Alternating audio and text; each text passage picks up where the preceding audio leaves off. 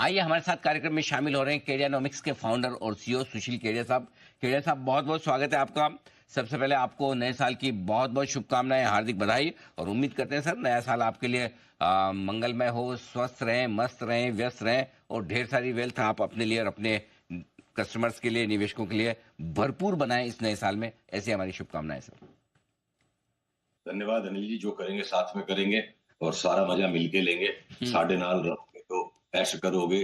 वाह, क्या बात है। बिल्कुल सर, बताएं सर। थोड़ा लग रहा है नए साल की शुरुआत में अब मार्केट का ऐश करने का मूड बन रहा है। ये मतलब टेम्परेरी मूड है या फिर थोड़ा लंबा चलने जैसा दिख रहा है? अनिल जी, 2025 के वर्ष का पूरा अगर मैं अनुमान लगाऊं, क्योंकि रीति रिवाज है साल के पहले दिन अनुमान लगाना चाहिए, काम आए नहीं आए, तो अगर मुझे अनुमान लगाना ही है तो मुझे लगता है इस वर्ष में 2025 में निफ्टी दोनों स्तर दिखा सकती है, 27,000 भी और 21,000 भी। और माहौल जो अभी चार्ट्स का बना हुआ है, लगता है उसमें 27,000 की तेजी पहले होगी। पर अगर अब मैं स्कोप को थोड़ा एक्सपैंड करूं और ग्लोबल मार्केट्स की तरफ जाऊं, तो वहां विरोधाभास उत्पन्न हो जाता है कि नैस्डैक और S&P तो अपना टॉप बना चुके हैं, तो फिर निफ्टी इतना जोर कैसे मारेगी। तो इस सवाल का उत्तर अगर हम अभी ढूंढ लेंगे, तो अगले 1.5-2 महीने जो बार बार रोज सवेरे उठ के देखेंगे वॉल स्ट्रीट पे तो खून बह गया, तो हम डरेंगे नहीं यहाँ पे।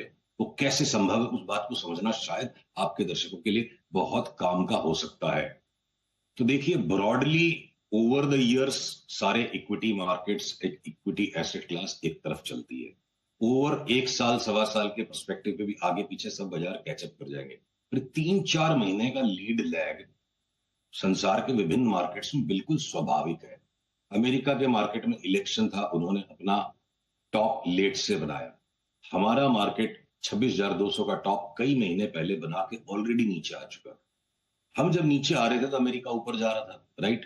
तो अमेरिका ऊपर जा रहा है तब भी तेजी नहीं होगी, और अमेरिका नीचे आएगा तब भी मंदी होगी, ऐसा नहीं। अब हमारी इलेक्शन की तेजी शुरू हो रही है, तो यहां से इलेक्शन की तेजी के कौन से स्टॉक्स, हम 1 मिनट में आएंगे उस पर।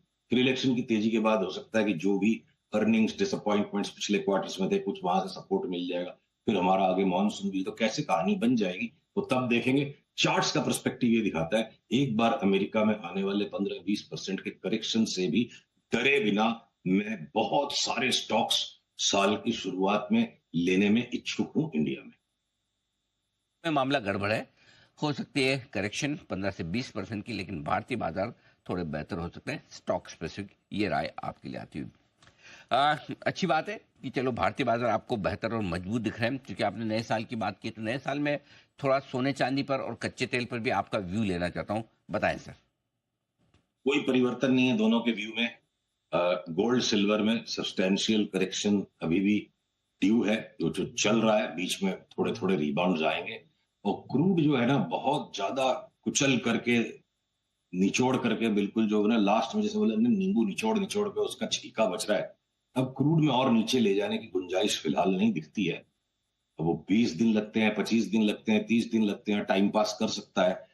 क्रूड की चार्ट ही एक चार्ट है जो चीख चीख के कह रही है कि कोई जियो पॉलिटिकल इवेंट को अब आना है जिसका मिडिल ईस्ट से नाता हो। स्कैरसिटी लेड जंप आना चाहिए क्रूड में, ऐसी उसकी चार्ट है।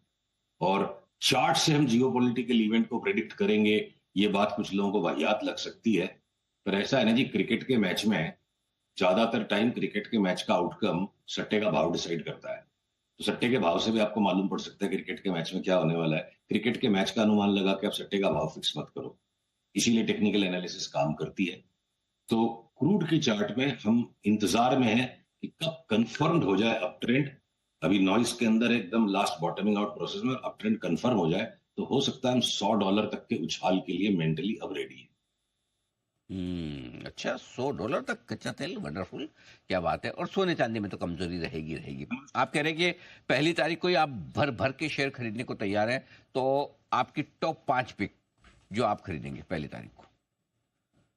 आज के आज नहीं खरीदेंगे, स्टैगर करेंगे। अगर क्रूड में इतनी बड़ी तेजी दिखती है, हाँ, तो देखिए लार्ज कैप्स में ओएनजीसी एक नो ब्रेनर है।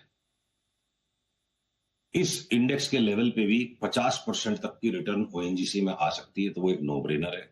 उसके पीछे पीछे लार्ज कैप्स में रिलायंस ठीक है। टॉप 5 के साथ समस्या है ना, किसको ना बोले। मतलब सारे तो आकर्षक हैं, तो किसको ना बोले, तो मुझे 10-15 स्टॉक्स बोलने दीजिए प्लीज।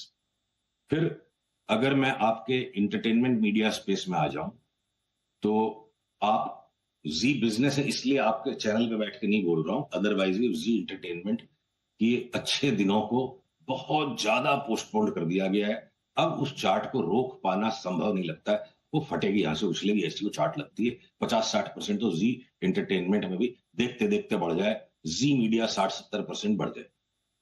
अब आपके सारे गामा जो एक स्टॉक हमारा बड़ा फेवरेट स्टॉक है, काफी टाइम से हमारे निवेशक लेके बैठे हैं, मुझे लगता है अगली छलांग इसकी सीधे यहां से 800 रुपए तक आ जाए।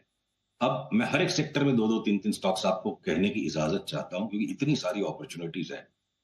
ऑटोज के अंदर टाटा मोटर्स हमारा फेवरेट, ये 50% तक की ऊपर की चाल दे सकता है।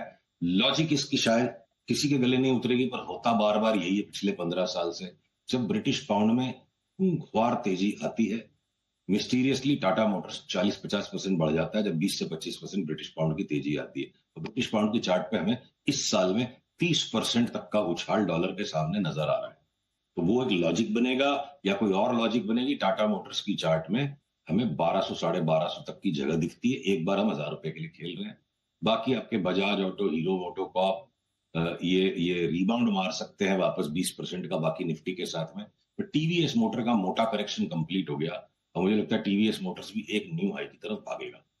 अब मैं अगर आपसे बैंकों के बारे में बात करूं, तो तो बैंकों में मेरे को एक छोटे वाले बैंकों में बेफाम पैसा मिलता नजर आ रहा है इस साल। जम्मू एंड कश्मीर बैंक, हम 20 रुपए के भाव से लेके बैठे हैं, और यहां से भी और माल ले रहे हैं कि डबल हो जाएगा। जम्मू एंड कश्मीर बैंक, चाहे वो जम्मू एंड कश्मीर के सुख चैन की कहानी है, या वहां अमन लौट रहा है, या प्रगति लौटेगी, चार्ट बहुत तगड़ी है उसकी। अगर मैं आरबीएल बैंक में चलूं, तो मेरे को लगता है इसका एक रेजीम चेंज, एक साइक्लिकल शिफ्ट आ रहा है बैंक में।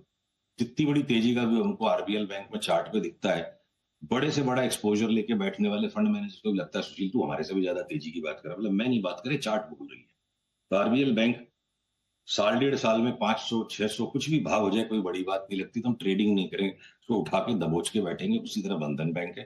फिर लार्ज बैंक्स में अब जैसे एक्सिस, ये इंडसइंड बैंक ने इतना धोखा दे दिया, वो खतरा हमें सारे ही लार्ज बैंक्स की चार्ट में दिखता है कि एक एक करके धुलाई ना हो जाएगा बैंकों में। लार्ज बैंक्स को हम बिल्कुल अवॉइड करेंगे। और अब आ जाते हैं बचे हुए तीन सेक्टर्स पे। IT across the board short cell, पूरे मार्केट में एक ये सेक्टर है जो कि बाकी की चीज की रिस्क को हेज करने के लिए। और FMCG across the board delivery लेके बैठो। और बचता क्या है? फार्मा। तो फार्मा में अनिल जी, छोटे वाले जो कुछ स्टॉक्स में 20% का एक फाइनल रिबाउंड फर्दर पुशअप हो सकता है। लार्ज कैप फार्मा का सबका आईटी का टॉप होने के बाद मुझे लगता है अगले महीने 20 दिन में इनका भी टॉप हो जाएगा। ये हमारी सेक्टर वाइज समीक्षा है। ओके, तो मैं आपके सामने सम अप कर दूं। पहले तो कुछ स्टॉक्स जो पसंद है, कच्चे तेल में अच्छी तेजी की उम्मीद कर रहे हैं केडिया साहब, और वो बता रहे हैं कि $100 तक जा सकता है। ऐसे में ओएनजीसी, रिलायंस, दो स्टॉक उन्हें पसंद है।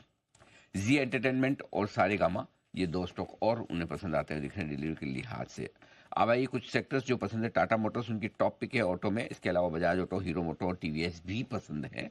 टाटा मोटर्स में 30% तक की तेजी यहाँ से बन सकती है। बैंक्स, यहाँ पर दो छोटे बैंक पसंद है। एक जम्मू कश्मीर बैंक, जहाँ पर $100 के आसपास है, यहाँ से भी बड़ी तेजी बन सकती है। और आरबीएल में भी बड़ी तेजी, 500-600 रुपये तक की बड़ी 2 से 3 गुना हो सकता है। लार्ज बैंक्स वो अवॉइड कर रहे हैं। लार्ज बैंक्स नहीं खरीदने, बड़े बैंक्स नहीं खरीदने, सिर्फ छोटे ये दो बैंक खरीदने। आईटी शेयर नहीं खरीदने हैं। एफएमसीजी शेयर बिल्कुल खरीदें, लेकिन निवेश के लिहाज से डिलीवरी लेकर। और फार्मा शेयरों में छोटे फार्मा शेयर खरीदें, बड़े फार्मा शेयरों में अब ज्यादा कुछ दम बचा नहीं है। बहुत बहुत धन्यवाद केडिया साहब, ये सारी राय हमारे दर्शकों को देने के लिए और विस्तार से बताने के लिए। 21,000 और 27,000 ये आपके लिए रह सकती है निफ्टी की रेंज साल 2025 के लिहाज से। छोटे से ब्रेक का वक्त है, ब्रेक के बाद जल्द लौटेंगे। आ रही है आपके लिए शॉर्ट टर्म पिक्स।